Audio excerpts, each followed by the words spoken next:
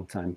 So this is what I want to share, and what I like to share with you and with your colleagues, other students in my classes. So in this case, what I will share with you is my experience in Germany while I was doing my PhD there. And I will tell you a very specific case study where all scales related to built environment, from architecture and technology and architectural detail, spanning from that detail to the super large territorial scale, is gathering all of it in this lesson. And the common narrative for all this, moving from detail scale to regional scale, the common narrative for that will be the ecology, right? The ecological understanding of that. So again, this matrix now, today we'll talk about ecology itself, right? Oikos and logos, the study and treatise of that. And I will start with this image. This is, maybe you know him, Tassilo Sidman. He was one of the leading figures in architecture during modern times, post-industrial times in Germany, second half of the 20th century. He was the designer, alongside with Walter Schwagenscheidt, of Frankfurt Norwestadt, which is one of the biggest residential areas in Germany. It was built in the mid-50s and it hosts around 10,000 inhabitants. And here we are all together with some colleagues of you guys during a summer workshop, 2014, 15 maybe. You can see here Professor Mateusz Jurkowicz and Adrian also. Maybe you have had the opportunity to have them in previous courses. And he's here showing us the original plans for Norwestadt, right? The interesting thing about this guy is that in his childhood, he was living in the area, and this is a family picture taken by him. I have a very good relationship with him, so I've shared many thoughts and many discussions about these issues and some other issues. And he showed me one time this image, this family image of him being reading at the dining room with his sister. And he told me that he came from this family. They were located in this Siegen region in Germany, miners. So this was the local economy during his childhood in this region. And he lived in this house, not exactly this house, but this kind of house, right? Which is a typology. We will develop a little bit later on that. This is a kind of a structure of a kind of typology which is repeated extensively in the area, and there must be a reason for that. So my first inquiry when I visited this area and I saw this kind of typology repeated and repeated again and again all over, I thought to myself, there must be a reason for this particularly kind of architecture to be the dominant element here. So I started to research a little bit on the topic, and I came up with the idea that all of it has very much to do with power, socio-economical structures, and therefore ecology, the ecology of the site, the social ecology, not only in terms of natural assets, but also how we humans organize ourselves and take advantage and exploit economically a certain territory.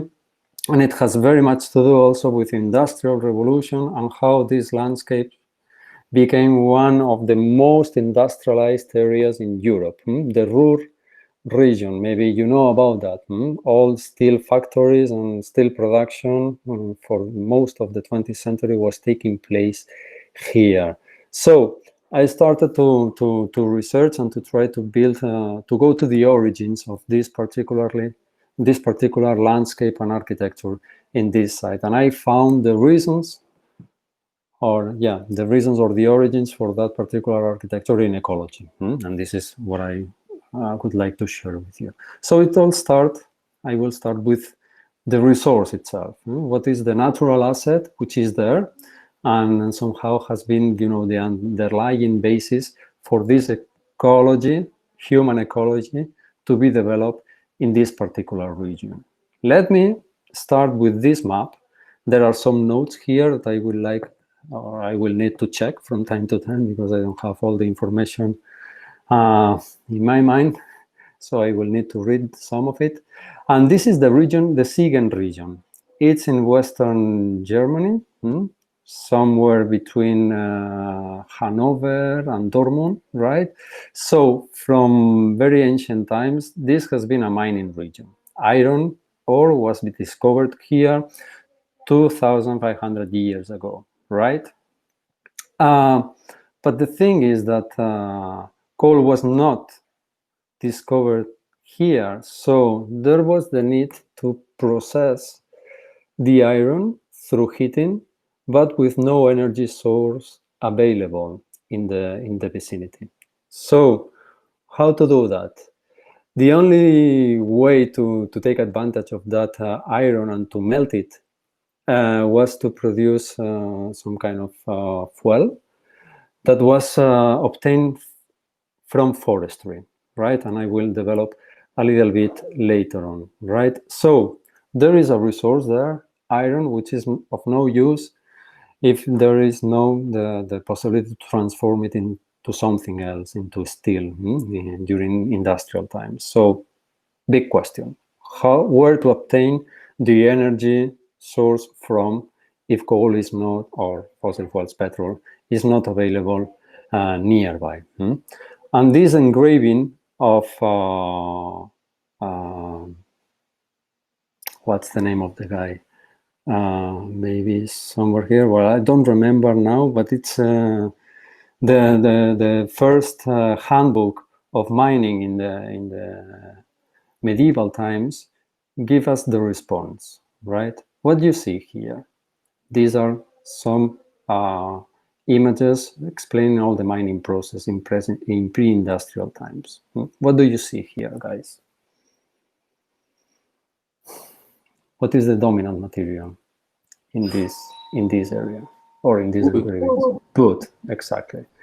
So not only for construction, not only for building up the structures required to go deep down into the ground, but also to, produce heat.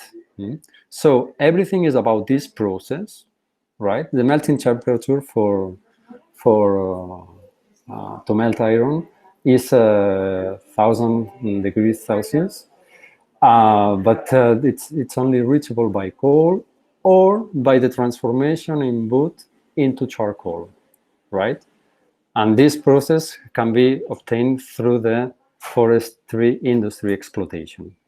Through this very ancient times process, which is the piling up of wood and the very slow combustion of wood, you can obtain this charcoal that may provide you with sufficient energy in order to melt iron, right? So these people knew about this process from long ago, and they started to, transform wood into charcoal, and that created a massive process of deforestation, right? So all along time, in several times, in several periods, all this area has been deforested. All the forest has been plundered. So at the end, the whole economic process exhausts all the natural resources, right? And it took years and years to recover and to take back all those forest surfaces again into play, right? So all along history, for more than 2,000 years, this area has been suffering these periods of rise and decline, depending on the natural assets. It all started 2,500 years ago, and then the Franks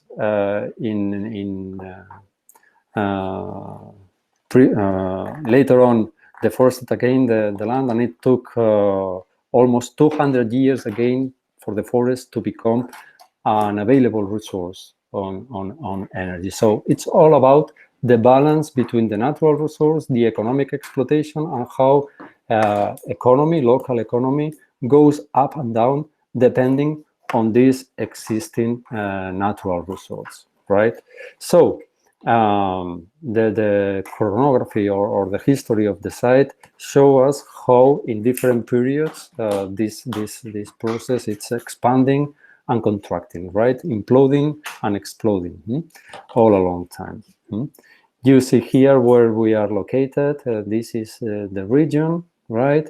This is the process explained, and this created some kind of very, delicate industry or way to exploit and to relate with the existing resource. There is a process of growing the forest and then clearing up all the forest and piling up all the material in this kind of structures, and it's not a very efficient process because from 50 kilograms of wood you get 10 kilograms of charcoal. All the water is evaporated through combustion, but at the end it was the available resource, right?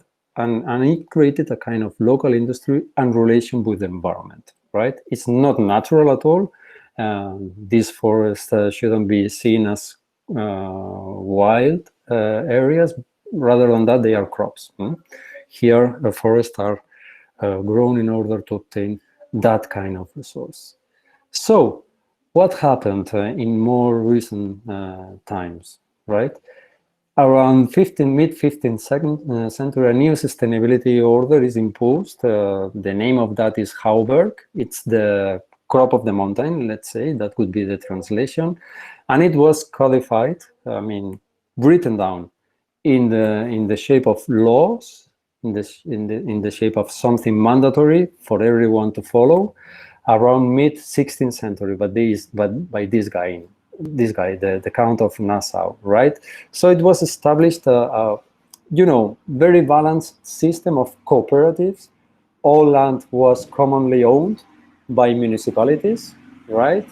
And they were divided into several parcels. We will see later on how this is arranged.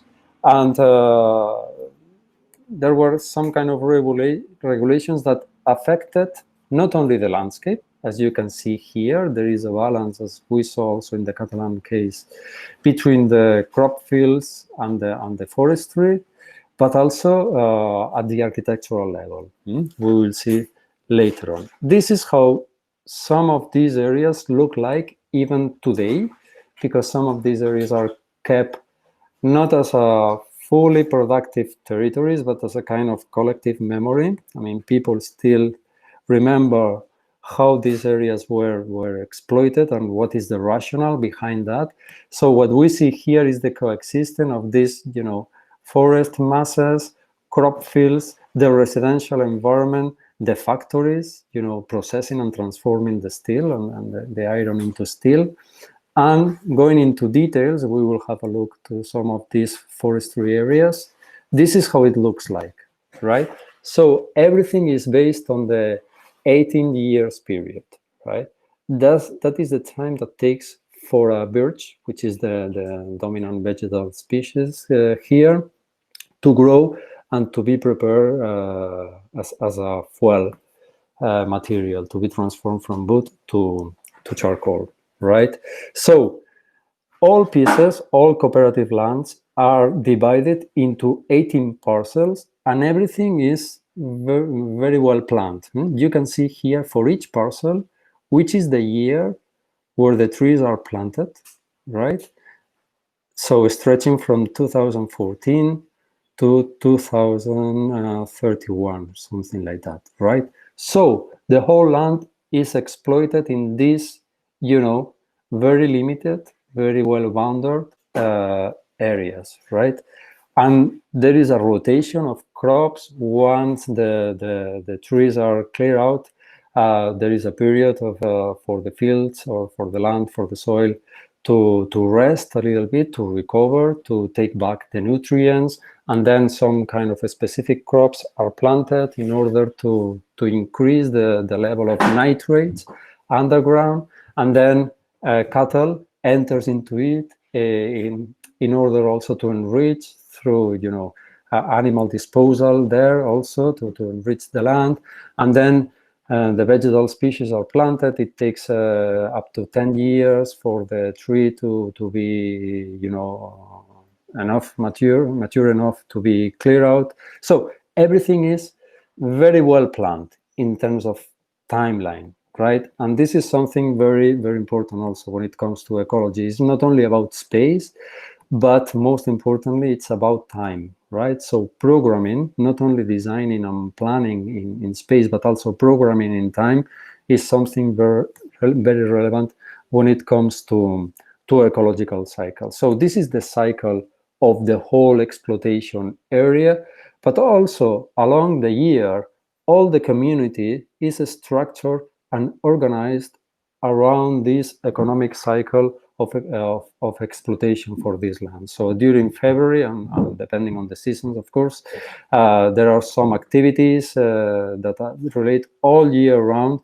how this land is exploited. Each, phase of this economic cycle is planned in time, and so even there are some governance periods where decisions are taken by communities, right? How the exploitation of the land will be distributed, how the benefits will be, allocated in different owners.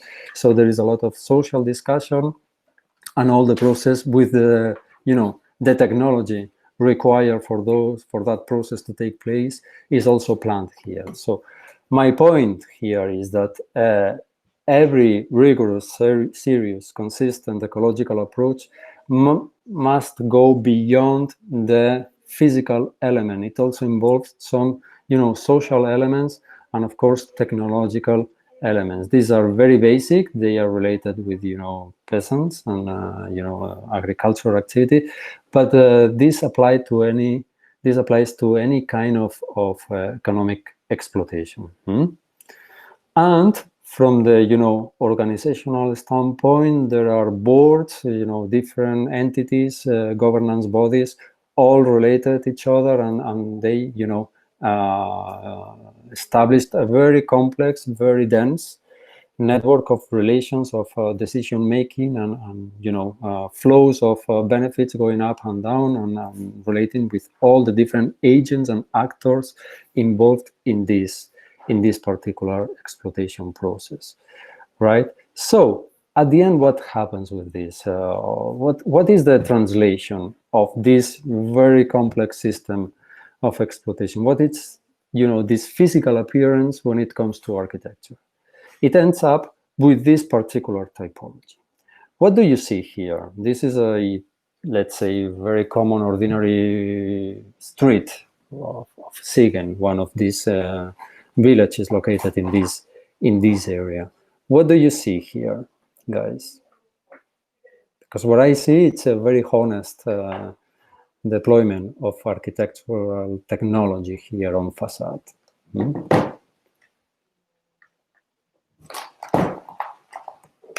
How would you define this particular typology?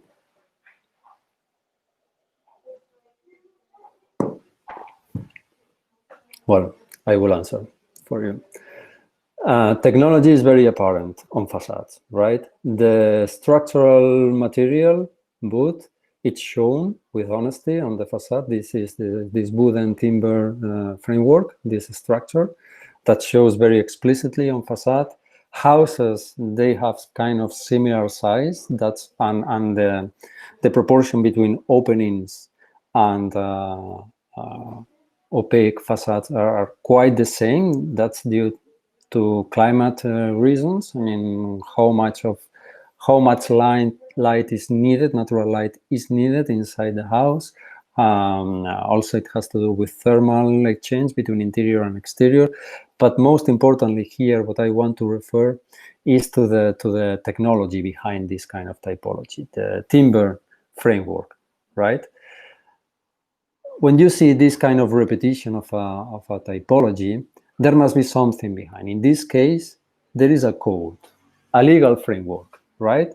Which was, as I said, drafted and approved in 1751. It's a new code where conditions for construction were very strictly established. Since wood was a precious material and was the very base of the economy, the usage of wood for construction was very strictly regulated. So constructors were not allowed to exceed a certain number or a certain quantity of timber used for construction, right? And the idea was to save that wood for energy supply, right? And everything was very much, regulated here. So there was a kind of code. Codes, they are not necessarily, arbitrary restrictions provided by, the ones who are ruling, but they respond most of the times to the very scarcity or to the very ecological conditions of the site. This is the case, right? As we can see here, these are two images, contrasting the traditional framework house, right, which is the name for this particular topology, and how these houses are built today. You see here, if you compare both situations, how wood timber is used massively today because wood today is available, it's cheap, it can be transported from territory to territory, so it doesn't have that kind of precious value that it had in previous time, but previously it has a lot of value. So it was used in more scarce proportions than it is today, right? And this created at the end this kind of typology that you may find all over the Siegen region.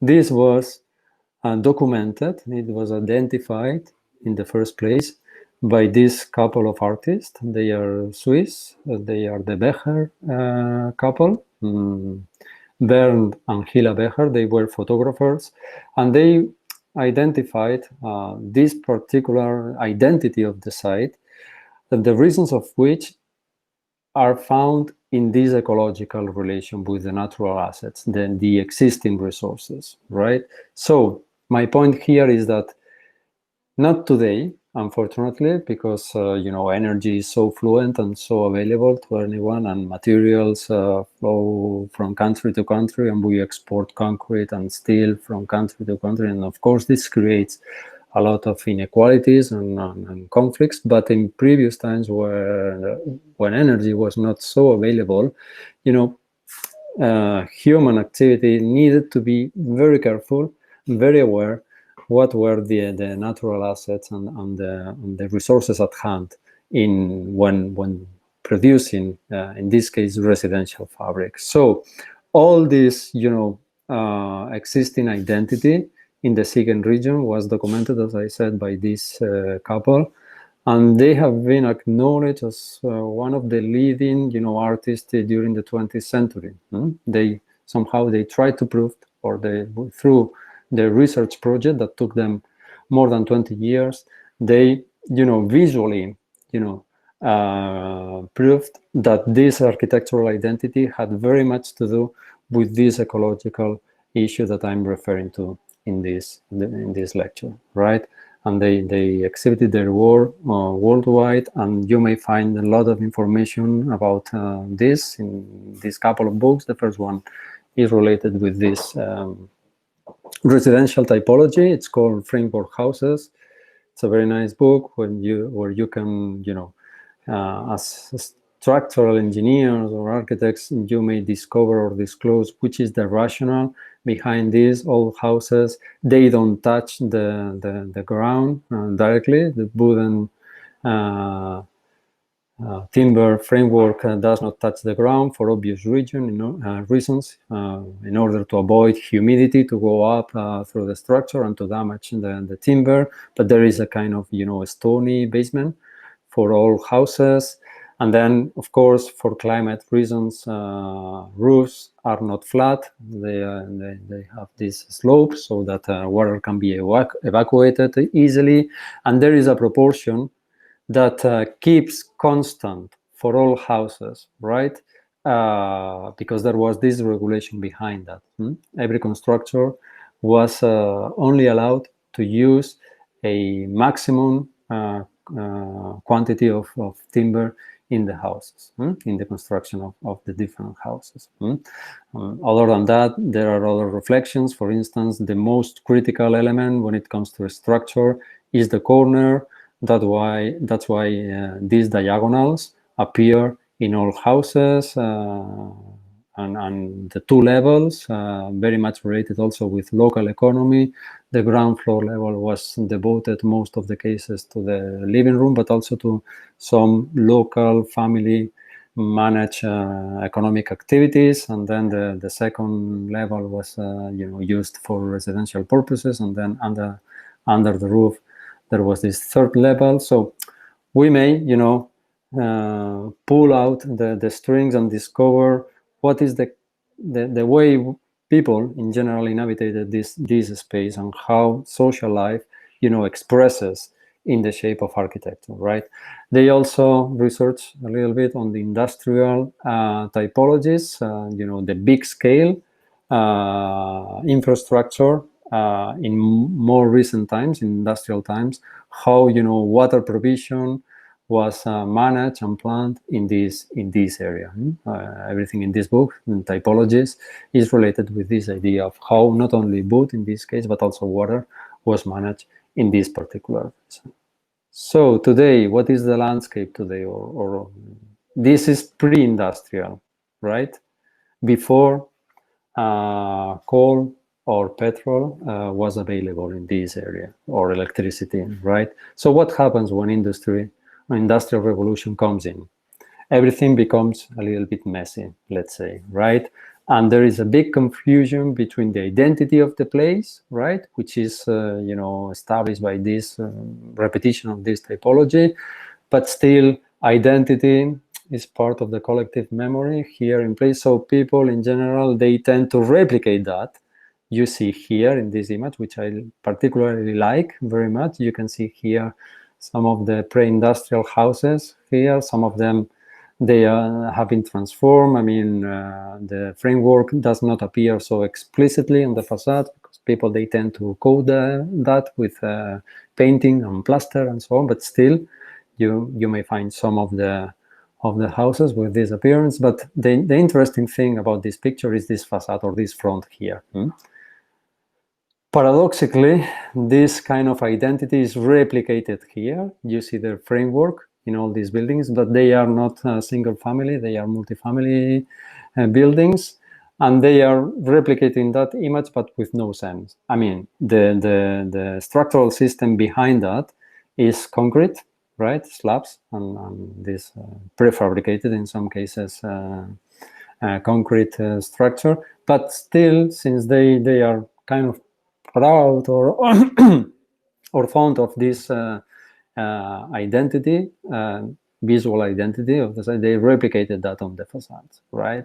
And here comes the most, let's say, critical, I dare to say, disturbing element of the whole thing, right? Which is the railway, right? The thing is that in industrial times, since coal was not available, but all of a sudden the railway was discovered, so it was possible to take in some coal from other parts, right? So the local industry was disrupted in a way. It was very costly to produce the charcoal, it took time and so on, and it was much cheaper to bring in coal from other parts of Germany, right? So they decided to build a whole network of railway tracks all across the country, right? The Siegen region is somewhere here, so they built this railway stretching to some other areas where the coal was found. So it was possible to import within the national boundaries, let's say, but to transport coal from here to the region where the iron was found, right? So this is how the whole operation looks like. So I don't know if I'll be able to find Siegen. It's somewhere here, I think. So they built this railway, and the most critical part of that new infrastructure is located here across the mountains, right? This is the profile of the rail track, which is very steep. It was still very costly to build up this infrastructure, but still was cheaper than keeping the local industry here. Cheaper in the short term. After a while, the social economic consequences of erasing or taking out the local industry is dramatic. All territories that are not self-sufficient, I mean, they rely in externalities. They become, after the years, more dependent on externalities, and therefore less resilient. This is a common trend, and something we need also to be aware of. It's much more, reliable or it's better to rely on local resources, so that regions in general, bioregions, are able to cope with the changing conditions, ever-changing conditions globally. I don't need to develop a lot on that. We are witnessing hundreds of examples across the planet in that sense. So here is how the city of Chelm would look like at the end of the 19th century. It's close to Wuppertal, close to this area. And you can see here the let's say, kind of pastoral or ideal landscape of the area, of the region. And you see here the train coming into play, right? And the most, let's say, significant building is the train station and the loading docks here at the end of the railway. And that's besides, of course, the churches and the religious buildings. But this is the beginning of a new era, right? Of a new time. This is how Wuppertal, well, this Chelm community looked like in 1930. You can see here the first trace of the railway. Still, there were some existing structures. I mean, roads and paths connecting the different parts of the territory, right, from the city center to the countryside where the crops were located. This is only 4 years after, right? There is an increasing process of urbanization, and you see here how there are some difficulties for these, structures to cross over or underneath this new infrastructure, and the whole thing becomes more and more complicated, right? In 63, the rate of urbanization is super high in this area, and this is how Chelm looks like only 3 years ago, right? So the scale has been enlarged. This has very much to do with the first lesson or first lecture we had, and some new urban fabric comes into play also. You see here, you can distinguish that very easily with the appearance of these industrial areas, specialized, zoned, segregated, specialized areas that are only for industrial purposes, whereas the urban fabric, is splitted from the natural environment, right? It's not only that, existing previous communication or traces, communication infrastructures or traces on the territory, geometrical traces, are cleared out of the picture, but also new activities. This new industrial belt is located here. So the local economy today does not rely so much on natural assets or existing assets, but on large-scale, territorial scale transportation infrastructures. People, they don't work anymore here, so they need to move or to commute every day to Frankfurt or to Wiesbaden or to Wuppertal in order to work. That takes a lot of time, takes pollution. You need to know that, or be aware that railway, maybe it's very sustainable from the consumption of oil point of view, but building such an infrastructure creates a lot of disruption from the geophysical standpoint. You need to move Earth from point to point. You break up the natural geophysical matrix here. So these kind of infrastructures, they have a very big impact. Same thing with hydropower. Hydropower, for instance, when it comes to energy sources, it is regarded to be one of the less polluting or most renewable energy sources, but we tend not to account the environmental damage that these big dams pose or have on existing territories, right? On water flows, on rivers, on biodiversity, and so on and so forth.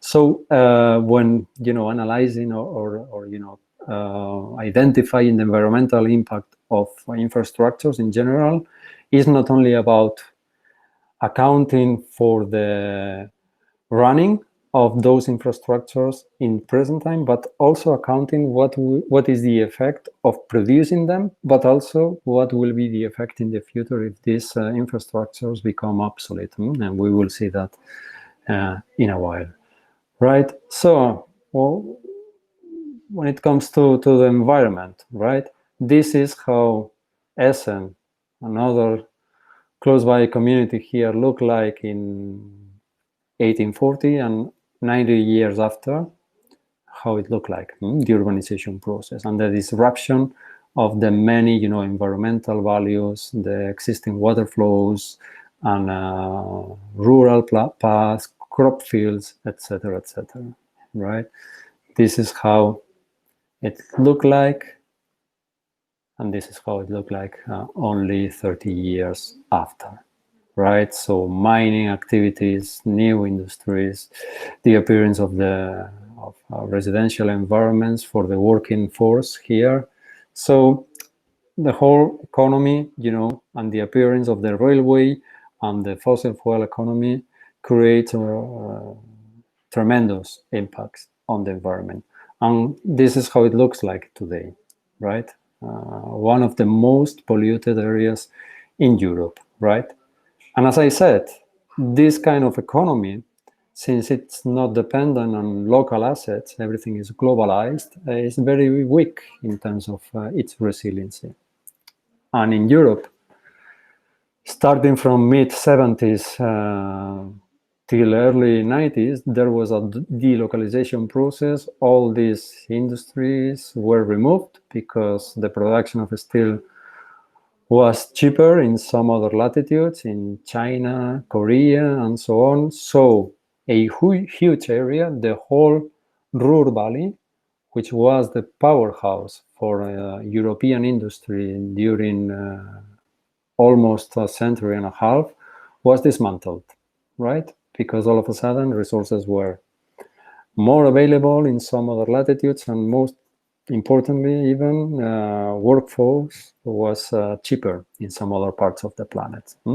Labor rights were not so well considered, and so on. So big industries, big companies decided to move away from here. You have a very good example there in Krakow. Nowa Huta is kind of same process. You could apply all this rationale to Nowa Huta. Today, as far as I know, Nowa Huta is kind of abandoned still. They are running some operations there, but just as a kind of, keeping some activity in order to claim some profits in future urban transformations and so on. So this became extremely explicit in the 90s, not only for environmental reasons, but also for social reasons. Unemployment rate skyrocketed in this part of Germany.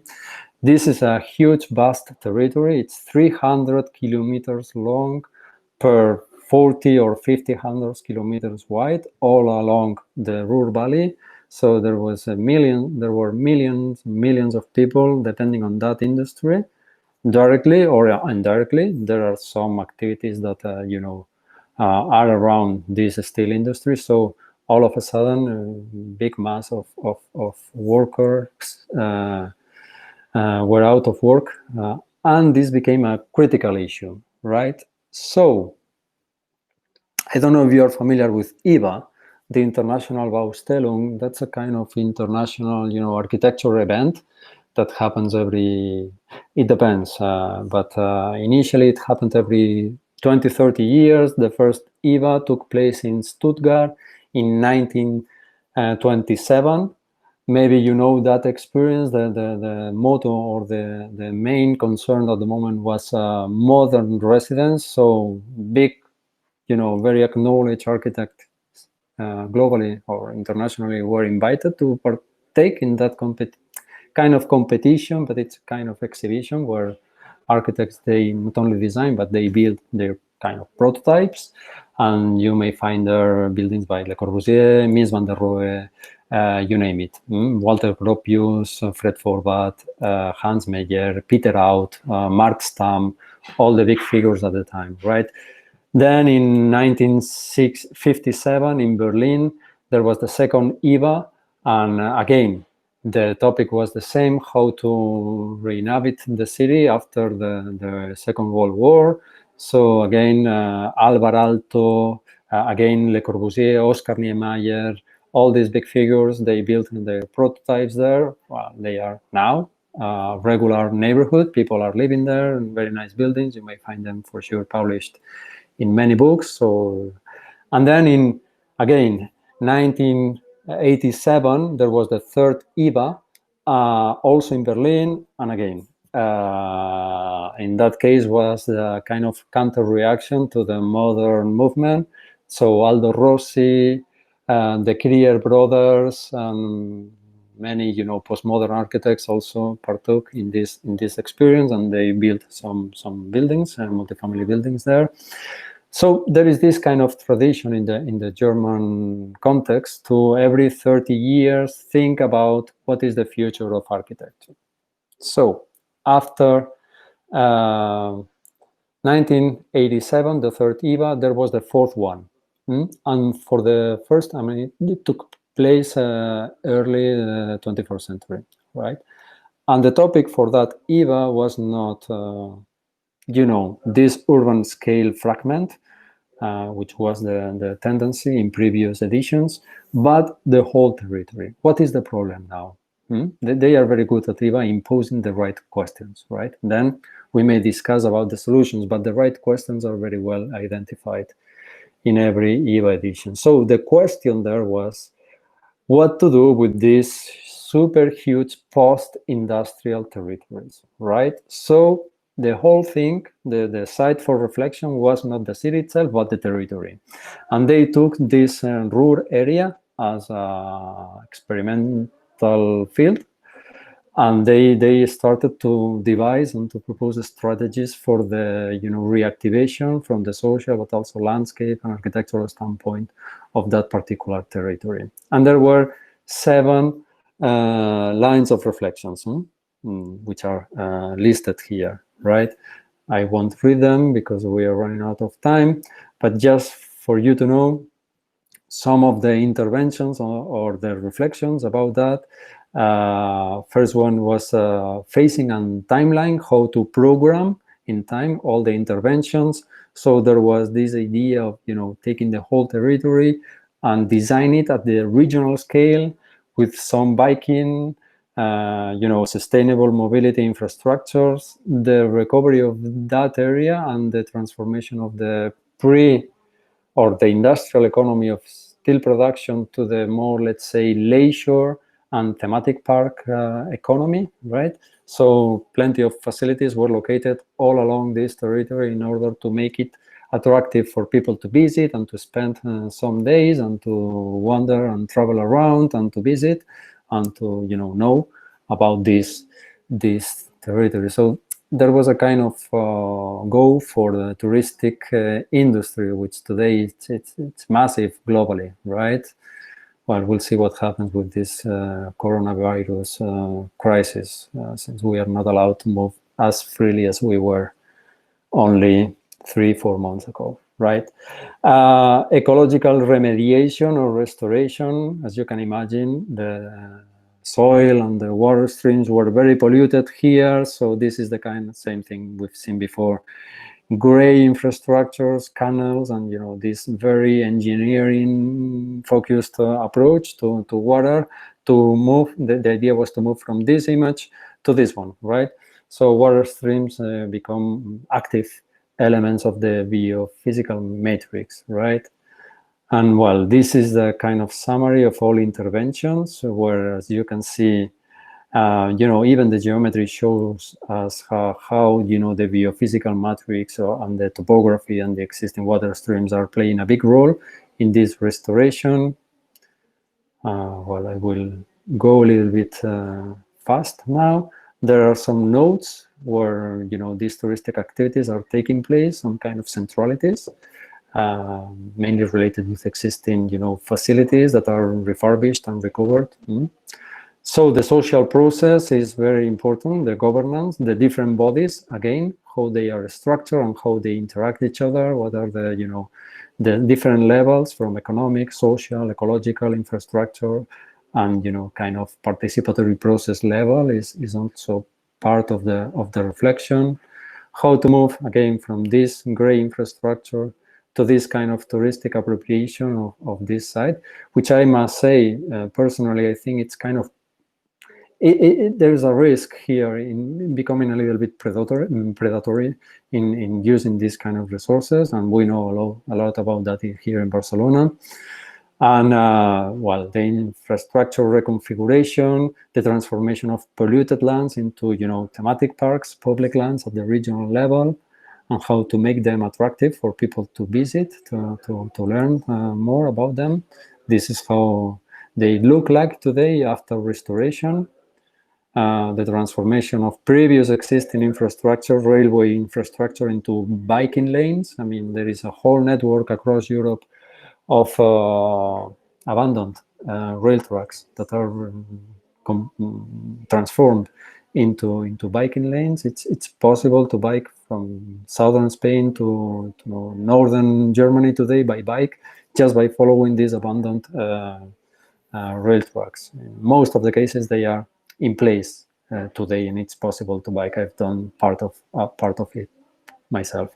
Well, this is all very well explained in this book. The Landschaft Duisburg North is a kind of architectural project by Peter Latz. And these again are part of the intervention. Some specific case studies or particular locations. The heritageization of landmarks, cultural landmarks, the mine of Solverein.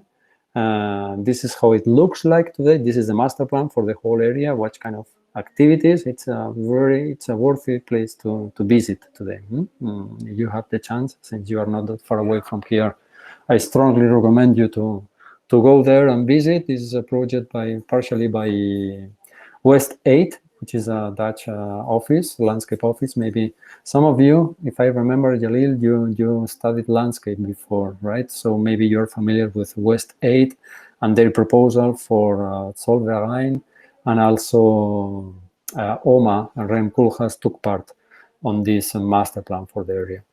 So no, can you explain that a bit? Say it again, please. I couldn't hear you. The term that you just said, like West something. West 8. I don't think I'm familiar with it. Okay, so maybe not today, but some years ago they were the leading office globally in landscape architecture. They have very nice projects. Maybe we can visit later on their website, right? So, well, this from being an industrial site, empty, etc., it's now a place for celebration, right? So big events are taking place there, and so it's a very successful, I would say, location, right? But not only cultural facilities or large-scale facilities, but also residential environments are part of the discussion, right?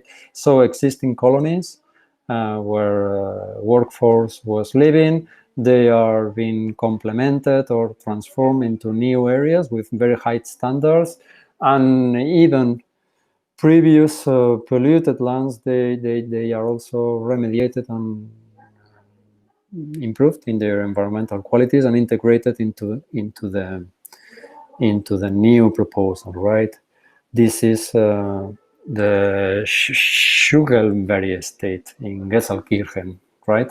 So you see here the master plan or the aerial view of the whole area. So there was a void here, the land needed to be remediated, so new housing fabric or residential proposal was located here with kind of very valuable, architectural elements were located. I mean, the plaza in the center of the neighborhood, some architectural landmark, this high-rise building, the view, facing or directing the view towards this new, empty space, and some, very valuable, elements in terms of urban landscape, how the buildings are deployed, and what kind of spatialities they are defining inside the neighborhood. So it's also a very nice, proposal. And this is how this part of this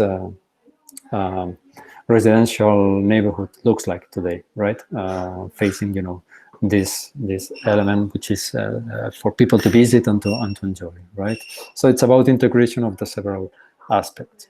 Going back to this slide, this Elmshire Park, I will write it down here, just in case you're not familiar with that. If you Google this, you may find plenty of information. And I guess you also have books here at the library where you can get some more ideas about this experience, right?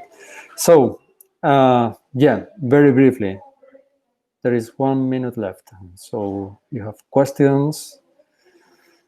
Now will be the time also for you to ask or to, give me your feedback or your concerns, suggestions, comments.